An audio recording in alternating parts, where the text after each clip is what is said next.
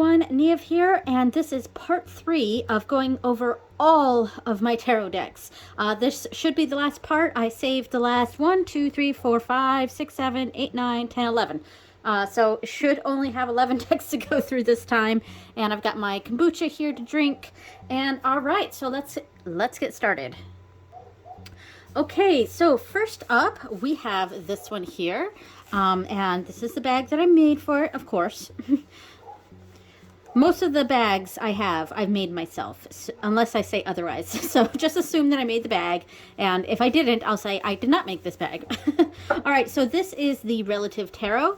I went with a brown theme for the bag and the inside fabric here. It's kind of a plaid sort of, or argyle sort of fabric print there with a tree, Mindy tree, to kind of go with family tree. And this is the Relative Tarot. This is the mass market version. The edging is a gold edging here. It's not quite as smooth as the Anima Mundi edging, but it's not quite as rough as say the edging for the limited edition Seed and Sickle. That one was copper, but it was much rougher it's clumpy and a little rougher to shuffle. So I love this deck. I pretty much just use this deck for ancestor work.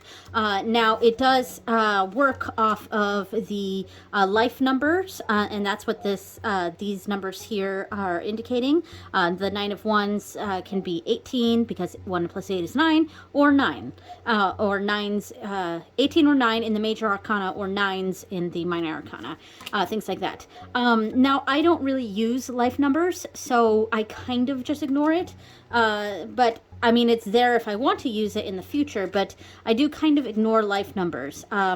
It's not something that really resonates with me too much. Maybe someday it will, I don't know. But right now it doesn't, so I just kind of ignore it. And in fact, the book that goes along with this doesn't even give interpretations of the cards themselves. I wish it would show at least something, because I'd love to know the history of the photograph used. That's what I would like in the guidebook, but it doesn't go over that, unfortunately. It really just talks a lot about the life number stuff. So yeah, this is, it uses very famous old-time photos that's open to use. I don't know. Yeah, the word that I'm thinking of is escaping me at the moment, but yeah, so it's you know, but it's put to what makes sense for each card, and I really love this. I think it's fabulous. Now, I really wish I was able to get the independent version, which was darker. Like, it didn't have the light color here. It was like a dark brown, more like the color of my bag here. And I really like that one more. And the backs were beautiful. And that one came with a companion oracle deck that had the photos shared by the backers, I believe, the original backers of the deck. And now, correct me if I'm wrong, but the reason why the Oracle deck was not brought to mass market is because they weren't able to authenticate each of the photographs that were shared by the patrons or the backers. So there's a potential copyright issue if any one of those pictures was owned by someone else, and that they didn't quite have the rights to share. So that's, I think that was why that the Oracle deck was not brought to mass market, though I really wish it was, because I kind of loved that Oracle deck. Yeah, it was gorgeous. If I ever come across that deck available, I would probably pay a pretty penny for it. But yeah, so that is the Relative Tarot. I did also forget to mention that one of the reasons why I love that deck so much, and I love ancestor work so much, is because I am a genealogist, a genetic genealogist, so that sort of topic is right up my alley, and I love incorporating it into my spirituality. Okay, so next up is the Gentle Tarot in a tin. I'm probably going to pause this so I can get all the cards out because I've mentioned this before. Well, actually, you know what? I'm not going to pause it. I'm just not going to be able to take all the cards out. We'll just do it like that. I'll just take out a chunk, and there are probably a good 5 or 6 stuck at the bottom. And underneath this, oh, wait, I think I got it. Oh, a lot more than 6. It was 1, 2, 3, 4, 5, 6, 7, 8, 9, 10, 11, 12, 13, 14 that were stuck down there. But actually, it came out, so that's nice. And then underneath is stickers plus the extra card. I think it's the extra lover's card. And underneath that is this same fabric that I put here for the bag, I glued down at the bottom. So I've already discussed my issues with this tin. I have lots of issues with this tin. It's beautiful, it's just impractical, and I've already gone over why I kind of kind of hate it, but yeah, I do love this deck. It's gorgeous. It's just my problems with the tin and my difficulties in getting this deck out is why I don't really use this deck as often as I would like. Now this is the mini version, so it is quite small, and I have very small hands, so you can see the size there. Yeah, I mean, I see this deck, oh, look how beautiful this emperor is, as sort of honoring the land that I live on. And because this was done by an indigenous creator from Alaska, and I'm not from Alaska, but I am from North America, and you know, and I mean, there's so much of a troubled history with those of us whose ancestors were colonizers and colonized this land and taken away from the native population and defiled it in many ways. And to me, this deck feels like such a healing deck, and for like used by anyone, honestly, but like my purposes in getting this deck was to sort of I don't know, work on that colonizer history, and respect, like I said, respect the land that I live on, respect the indigenous population, and yeah, that was my goal in getting this deck. Unfortunately, because of my issues with this tin, I almost hardly touch this deck, and I do want to remedy that. I want to do some my initial purpose with this deck. I want to try to do that here or there with some readings throughout the year. I don't know, we'll see. But yeah, it is a gorgeous, gorgeous deck, and my inspiration for the bag was basically the cards in here that have bears on them, and I don't know if I already passed some, but yeah, that was my inspiration for the bag, and I think the colors, especially the inside fabric that I used in here, goes really well with this deck. It is a gorgeous, gorgeous deck. It's just, as I said, I have some issues with the tin, but all right, so that is the Gentle Tarot in a tin. Okay, so that took forever to put away. All right, so let's see. These next 2 decks are decks that I don't like, but are still in my collection, so I will go over them. I am not the kind of person that gets rid of decks, so even though I don't like these decks, I keep them in my collection. And part of the reason is because I see that it reminds me to be more scrutinizing of the decks that I bring in.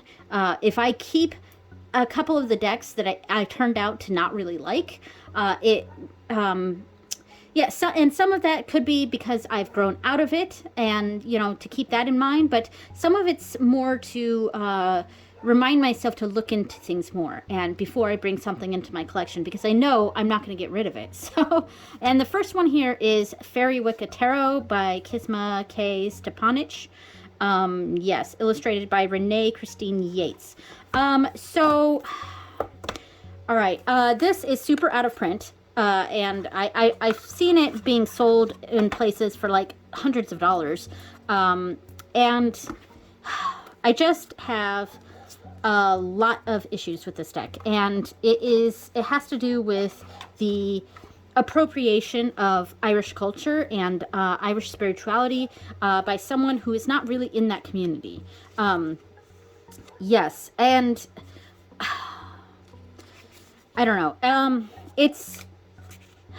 I think there was a lot of lip service paid to the Irish community with this deck, but in practice, this was not done well. And in the Irish pagan general community, this is not the fairy Wicca path. This particular fairy Wicca path is not viewed in a favorable light, to say the least. But I have had this deck. Actually, it was a gift. I think it was like a kind of a Secret Santa sort of thing from, I want to say, about 14 years ago, something like that. And I wanted it because it seemed like a really interesting thing. I guess I should show. Here's the backs. They're not, a lot of people have a problem with the artwork of this deck. I actually don't really have that much of a problem with this. I think it looks fine. It's a certain type of art style, and I don't have a problem with it.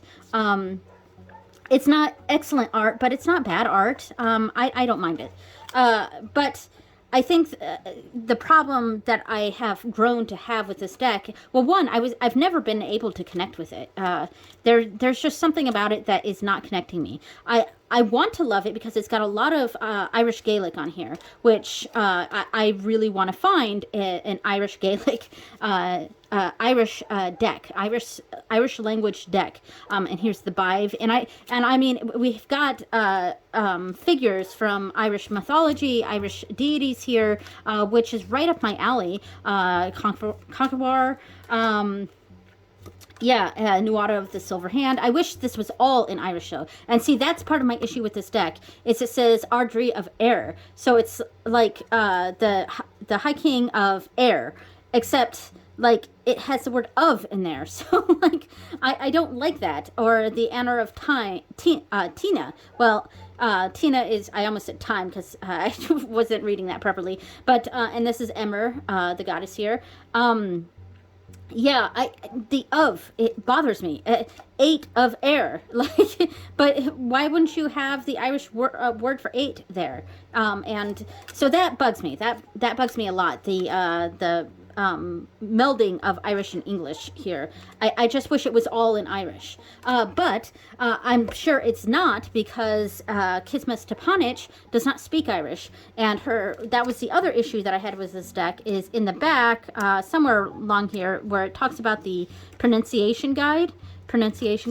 Yeah, it's not quite right. There are some issues with this.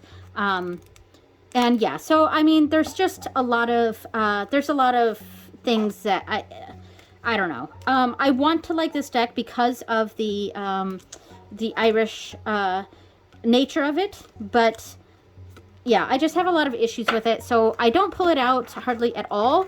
But I do keep it as kind of a reminder. And so that is the Fairy Wicca Tarot. It is very out of print. So next up is another deck I don't particularly like anymore, but it's not terrible. I don't have the same issues that I had with it as the Fairy Wicca. It's just this is one of my very first tarot decks. Yeah, it's not my first one, because I'm pretty sure I had a tarot deck when I was a young teen, or I think I had a more traditional tarot deck at some point, but as a late teen or young adult, this is probably my first tarot deck, and it's fine. This is the Ellen Cannon Reed Witches Tarot. Yeah, I think that's what it's called. It's very like old style art here, like very like 80s, I would say. And it's just, it just kind of falls flat. All the kings look the same. They're just wearing different colored things. All the princesses, that's the pages in this, they all look the same. There's just a different color in the background. Yeah, so I'll pull out that so we can see. It's not terrible. It's just, and then all the princes, which are, I believe, are the knights, they all look the same too. They're just wearing different colored things here. It's, I don't know. I don't particularly like it. Queens all look the same. See, here we go. Here's the Princess of Cups versus the Princess of Swords. They're basically the exact same cards. Also, there's no diversity in this at all. They're all like white people. So, yeah, I don't know. It's just, it's a boring deck, and then it's got weird, like, hyper muscular people. And my favorite tarot card in general is the Eight of Pentacles, whereas the Eight of Pentacles in this deck is absolutely ridiculous. It's probably my least favorite Eight of Pentacles ever. I mean, and there is nudity in this deck. Oh, here's another prince. See, they look exactly the same, except different colors and holding the different utensil there, the different suit. Yeah, a very nudity-y. Nudity warning. Yeah, there's another one. But I've got to find that Eight of Pentacles. It's so ridiculous. This one I could see as an Eight of Pentacles, but it's a Seven of Wands? Huh. I don't think I ever really noticed that this is the Seven of Wands. This is not Seven of Wands energy at all. There's more boobies. All right, so where is that Eight of Pentacles? It is so ridiculous. Like, it's the most ridiculous Eight of Pentacles I've ever seen. No, this is the Two of Pentacles, but it's like this. So I'm gonna pull that out because it's just like that. Yeah, it's I don't get it. It's not my thing, but this, yeah, I think I have not just grown out of this deck. It's just straight up not my thing. And here we go. Here is the Eight of Pentacles with the two. Look at these cards. These are so silly. Yeah. So that is the Ellen Cannon Reed's Witches Tarot, and it is out of print, I believe. So, and this is one of my very, very first, if not the first, actual tarot deck I've owned. And it did have like a, I did not make this bag. This is the bag that it came with. And it had a brighter pentacle here, but it has definitely faded over time. I'm not sure you can even see it. And it's super dusty because it gets cobweb sides. All right, so next up, we have the Tattoo Tarot, and I quite like this one. The box is too big. I'm going to have to get a bag for this, or make a bag for this. The box is so pretty that I wish it was smaller and fit the actual cards themselves, which I do think I'm going to trim this deck at some point. But because it's so big, I don't want to create a bag for it, but because it's so big, I also want to get it out of this, you know, which means I'm not going to use this anymore. So I'll probably make a bag and just put the Tattoo Tarot in it. As far as the cards themselves, they have this cream color here, but I don't like that the backs are white. I mean, red on white. I wish it was the same cream color here. And that's something that bugs me a lot with various tarot decks.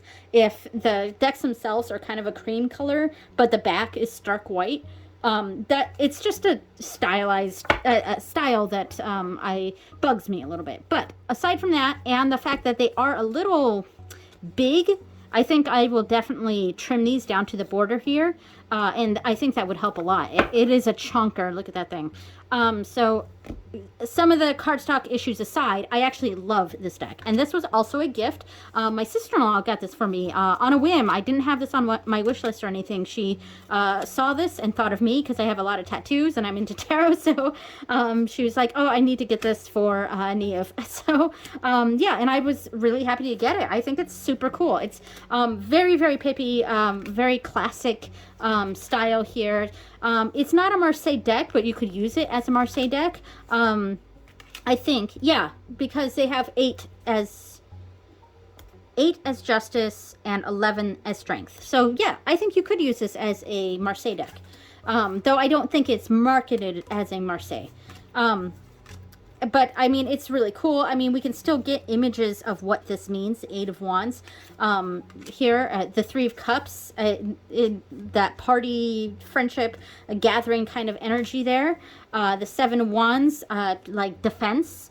Yeah, I can see that with a lot of these pips. Two of Cups is a kind of partnership, or you could see it as love or something like that. And we've got the hearts showing that connection. So it's a very nice deck. I like this. And it's a good, like, solid reader. It pulls no punches. It's just, it's a very practical deck, and that's, I think, a good word for this. It's very practical. There's no fluff to it. It's just, it is what it is. And yeah. Oops, I've not turned over some of these. Okay, so that is the Tattoo Tarot Ink and Intuition. Next up, we have the Crystal Visions Tarot by Jennifer Galesso. Sorry about the dog. She's barking at something outside. So this is also one of my older decks here. I want to see if I can find the date on this, because I probably got this not long after it came out. I just want to see. Oh, let's see. Does it say the date on here? Because I've had this for a very long time. 2011. So yeah, I probably got it around 2011, maybe 2012, right around the time that my youngest was born, or I was pregnant with her. Yeah, and this is a very lovey-dovey, like, very feminine deck, I would say. And here's the backs. Lovely. I kind of wish it went all the way to the edges instead of having that white border, but, you know, is what it is. I have no plans to trim this because it's a good size. It is not quite as bad as the old style. This is US Games, I think. So it's not quite as bad as the old Llewellyn or Los Scarabeo cardstock. Yeah, this is US Games. But it's highly laminated, which, you know, if you like that, then you like that. I wish it wasn't so laminated, but I do like that it makes it a little better quality than the old style Llewellyn and old style Los Scarabeo cards. But yeah, so it's very fairy tale, sort of. It's like fantasy. I think fantasy is a better word. It's not so much fairy tale as it is fantasy, and it's like very romantic fantasy. That's what I would call this. I would say this is a very, this would appeal to a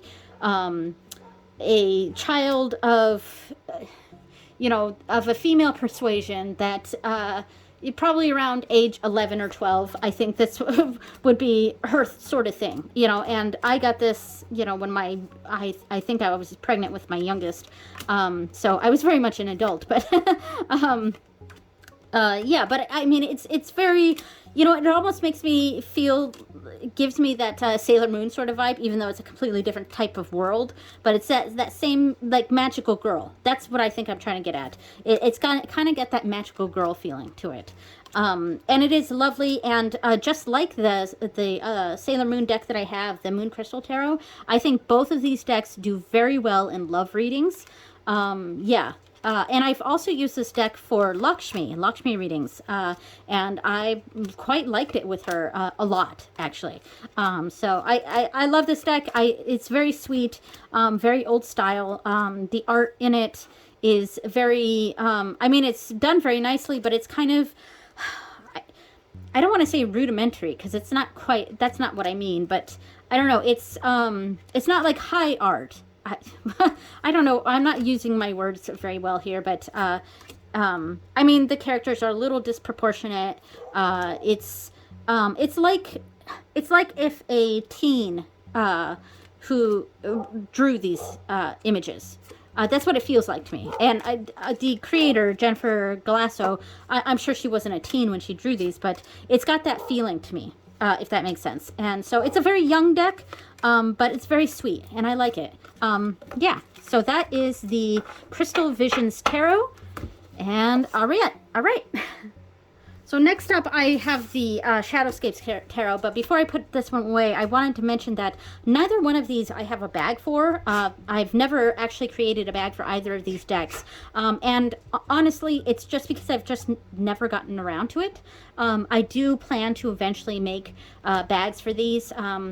Yeah, and I don't really know why I never made bags for these, because usually the decks that I don't make bags for, you can kind of think that maybe it's not one of my favorite decks, and that's true for a lot of the decks that I have that I don't have bags for, but it's not true for every one of them, and that's the case for these. I just don't, I just never got around to making a bag for them. So yeah, so anyway, so the Shadowscapes Tarot, I've had this deck for about as long as I've had Crystal Visions, I believe. Maybe it's a little more new than that. Is this also US Games? This is, let's see. Or is it Llewellyn? It is Llewellyn. Okay, so this is a Llewellyn deck, and it was published in 2010, first printing. And this is fourth printing, which was 2012. So I probably got it in about 2012. So it's way thinner. Like, look how much thinner that is. So this is the that old style Llewellyn cardstock. It is flimsier than the Crystal Visions. It doesn't quite have that same thick lamination, though it is laminated. It is beautiful. I mean, this deck is gorgeous. I mean, absolutely gorgeous. However, the negative of this deck, and a lot of people have said this, this style of art is just a kind of art where you just need a bigger card to really appreciate everything that's going on. Because look how busy this is. This is the King of Wands, and there's just so much going on that it's a little too much for the size of these cards. And I don't say that loosely here, because I prefer the smaller cardstock usually, because I have such small hands, smaller and thinner, and this is a deck that I can shuffle like butter because it's thin, super flexible, and smaller, because it is smaller than standard tarot. It's kind of that typical size for Llewellyn decks. Yeah, and so normally I tend to prefer smaller decks, thinner, on the thinner side, but this is the kind of art that really would do better in a much larger format. Yeah, and I think I would be happy to sacrifice easily shuffling in order to have a better, a bigger card for these. Yeah, that's just my opinion there, and the opinion of many people. In fact, a lot of people have gone and received the Czech version of this deck because it is a larger cardstock. I don't know exactly how much bigger it is. I think it's like, let me grab this. I think it's like a little bit taller, and it's like a little wider like that. So it's quite a bit bigger, and it's, I don't know if it goes all the way to the edges. I can't remember, but it is hard to come by, though, because it is the Czech version, and all the words are in a different language, of course. But yeah, a lot of people have gotten that deck to replace the English version here that's just on the smaller cardstock. And so I hardly ever use this deck. And I think that's a lot of the reason. So actually, I would say part of the reason I don't have a bag for this one is because it's not one of my favorites. I think that's true of this one. It's not true with Crystal Visions. I do want to actually make a bag for that. I did really, really like this deck when it came out. It's just, it's hard to read with because the images are so small. I mean, you could read it like, but it shuffles so beautifully. You could read it like as if, like not even paying attention to the images and just looking at the words down below. You could, of course, do that. And I do that sometimes with a lot of my decks. It's where I don't even pay attention to the images. I kind of just see, okay, 3 of Wands, it means this. That's kind of, three. That's why I said 3 of Wands, because that was the card right there. I was like, why did I pick the 3 of Wands just randomly? And it's because that was the card on top. So yeah, you could do it that way or not. But anyway, so that is the Shadowscapes Tarot. Okay, next up is a twofer. This is the Prisma Visions and the Cosmo Visions, and it's the little Prisma Visions and the little Cosmo Visions. So I went through these decks in my all the decks that I got in 2022 video, and I didn't realize until I was in editing, but I kept calling this one the Cosmo Visions, and I kept calling this one the Prisma Visions. But yeah, this is the Prisma, this is the Cosmo, and I don't know why I had it in my head that Prisma was the one that was more of an oracle, and Cosmo was, yeah, anyway. These are the version in the tins. Since I did just recently go through these, I'm not going to go over this too much here. And I think I did just a stunning job with these bags. What do you think? I think it matches really, really well, especially the same sort of image right here. And I was trying to find something with an eye for this bag, but none of the embroideries I was coming across eye embroideries really were that nice. And there are lotuses in this deck, so I went with a lotus instead. All right, and these are gorgeous. Now this deck is more of an oracle, but it's set up. You could use it as an oracle or a tarot, and that is why I have kept this in the tarot section of my videos. I didn't put this in the oracle video. The video I have going over all my oracle and Lenormand decks. I decided to keep this with the tarot section because it can be used as a tarot. So that's what I'm trying to say here. So these are gorgeous. When you lay out the suits cards, the minor arcana, they all connect to show a panoramic scene like here, but you have to put them in order. So ace goes next to 2, and see they connect like that. 2 connects to 3, etc. And I find that it's gorgeous and cool, and it's a little bit of a gimmick there, but it's a little, I don't think frustrating is the right word, but I guess the issue that I have with that is that you're very rarely going to lay out all of the cards in order like that. Whereas another deck, the Endless Oracle, they did a panoramic thing with their deck as well, except they made it so that any 2 cards can be placed next to each other and it would form a panoramic scene. And I think that was done, I think that was a smarter choice versus this way of doing it. But in any event, I love both decks, or, well, all 3 decks. I mean, the edging is fantastic. I love the black holographic edging on this the best. I think that's so gorgeous. Yeah, and these are beautiful, beautiful cards. I don't use them a lot. I would love to use them more, but I have used them for ancestor stuff, ancestor readings. And I do like that for that, especially the Cosmo visions. I've got to remember not to call it the Prisma visions. This one is all about past lives and afterlife sort of stuff, and your next life, that sort of energy. That's what this deck is all about. It's a life map sort of thing. So it lends itself very well to ancestor work, in my opinion. And these cards are gorgeous. Yeah, these are the kinds of decks that I wouldn't go to for simple practical questions or answers, things like that. These are the kinds of decks that I would go to if I was doing a deep study of something, like ancestor work, or I was doing a lot of deeper spiritual work. That's what I would use these for. But that's just my personal take on that, though. All right, so that is the Prisma Visions and the Cosmo Visions oracles, and these are the versions that are in the tins. So it's the little Prisma and little Cosmo. All right. Okay, drinking a bit of my kombucha here. All right, so we're on the last 2 decks. Let's grab this one. Okay, so this is the bag that I made for it. This is the Light Seers Tarot. All right, so I do quite like this deck. It gets a bad rap, it really does, but it is very pretty. I mean, it's I think, I don't know, I think a lot of people don't like this deck because it feels too fluffy. I don't know if that's the right term. And maybe the images are, I don't know, too on the nose. I don't know. I think people are a little too harsh on this deck.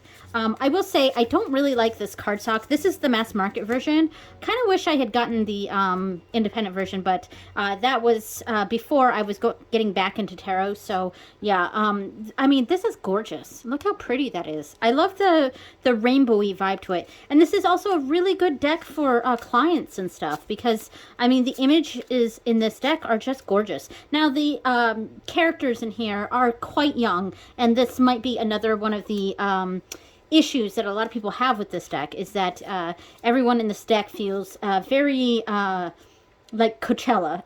That's what it feels like to me. Like very, I don't know, a certain class or ilk of people here, and they all have a very similar body type, And I mean, there is some age diversity in here with certain cards, but in general, they all look like they're between the ages of about 16 and 25, I would say.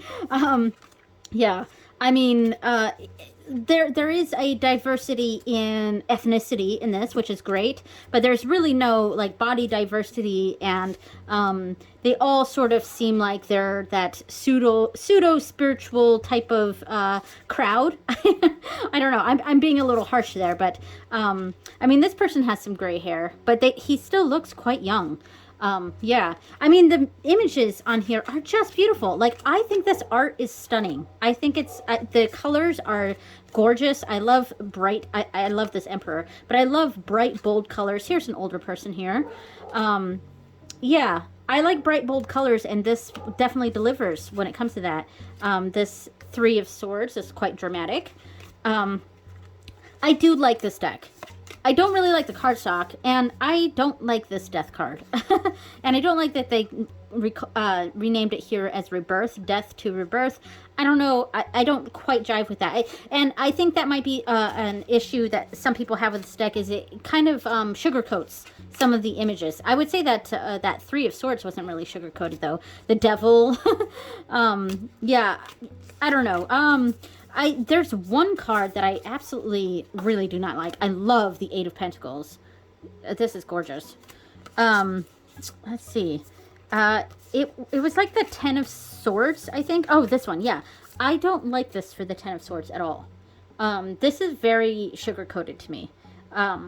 But yeah, so I mean, I have issues with this deck, and I understand people's criticism of this deck, but I think the art in this is just beautiful. It is gorgeous. And I think, oh, this is my favorite card. This one, I mean, look at that. Queen of Pentacles. That is gorgeous. Yeah, so anyway, whoops, I'm bumping the camera. That is the Light Seers Tarot. All right, we're on the last deck. All right, this is, of course, the bag that I made for it. Let me open this up, and I love the color matching I did for this bag and the deck. This is the Morgan Greer Tarot in a tin. So it is the smaller version of the traditional Morgan Greer Tarot. So this is one of my more traditional decks. And I saved this one for last. I had no order to these decks as I've displayed them through over the course of these 3 videos. But as I got to the end, I was like, oh, I'm going to save this Morgan Greer one for last, because it's one of my favorite decks. And yeah, I really like this a lot. So yeah, and I love the backs. I wish I didn't have the copyright information on every card on the backs, but it is what it is. A lot of the older decks did that. Yeah, so this artwork, I love this kind of bold colors, the very primary colors, and the Anna Kay deck is a lot like this too. It's a bit different, but it's very strongly the red, blue, and yellow colors. And I really like this, the bold line work, bold black line work with the primary colors. It's just a super cool deck. And now, a lot of people kind of call this deck the prawn stash. I'll just say it that way, so as not to get demonetized. Well, not that I monetize my videos really, because I don't get enough views for my videos to be monetized. But yeah, there's a lot of mustached men in this deck, and it's because this is an older deck. I mean, this is an older. Yeah, let me see if it has the original first edition date in here. So 1979, yeah, because I was going to say it was like late 70s, early 80s. The first edition of this deck was 1979. So, and the people in this deck very much remind me of men from... men of a certain age, and it's like my father's age, my uncle's age, and a lot of that is the mustaches, because that was a very popular style. And I see pictures of like my dad when he was younger, or my uncles when they were younger, and they all have those ridiculous mustaches, and not ridiculous, it was the style of the time, but you know, but because of that, there's a comfort that I get from this deck. It feels very fatherly, honestly. It feels like a very comforting, fatherly type energy. And I love this Nine of Pentacles. It's just gorgeous.